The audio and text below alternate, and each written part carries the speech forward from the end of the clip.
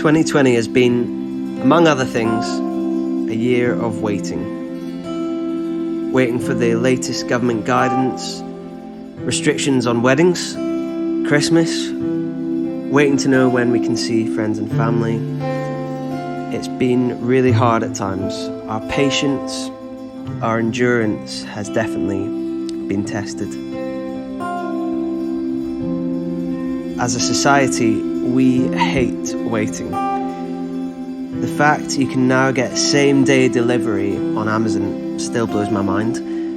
And apart from the bake-off, you don't even have to wait a week for the next episode of your favourite TV show anymore. Everything is there at our fingertips when we want it. But waiting is nothing new for the people of God. The people of God had 70 years exiled in Babylon. The wait between the Old Testament and the coming of Jesus was about 400 years. Jesus waited until he was 30 before starting his ministry.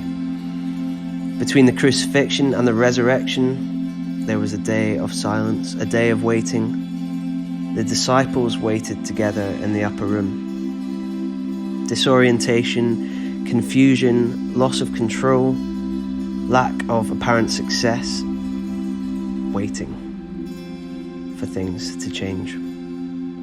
It's woven in to much of the story of the people of God. So I don't need to run away from it. It's normative. But how do I do it well? I've been reminded of the difference between active waiting and passive waiting. At times, and this has been necessary sometimes, in this year I've literally just been longing for this whole thing to finish. That's it. Lots of moaning, complaining, numbing out, desperate for the days, weeks and months to finish and for things to get back to some sort of normal. This Advent, I feel God inviting us into a more active waiting. The word that has come to mind over and over is pursuit. Am I pursuing God in all seasons, including the quiet, more mundane ones?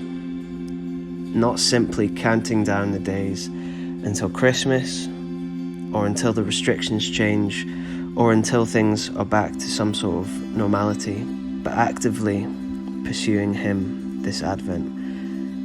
What if I learned a new level of devotion, of friendship with Him, even when, especially when life is unclear, full of grief, confusion, and questions?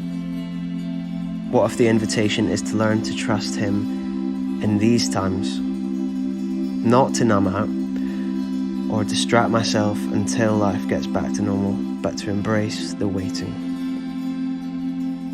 Lamentations chapter 3 verse 25 to 26 says, "The Lord is good to those whose hope is in Him, to the one who seeks Him. It is good to wait quietly for the salvation of the Lord."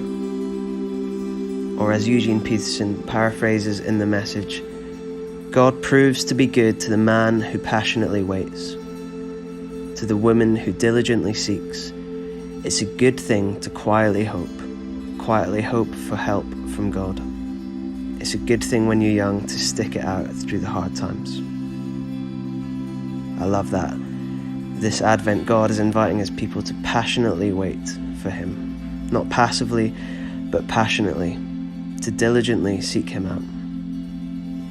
He's there to be found. Will we wait for Him?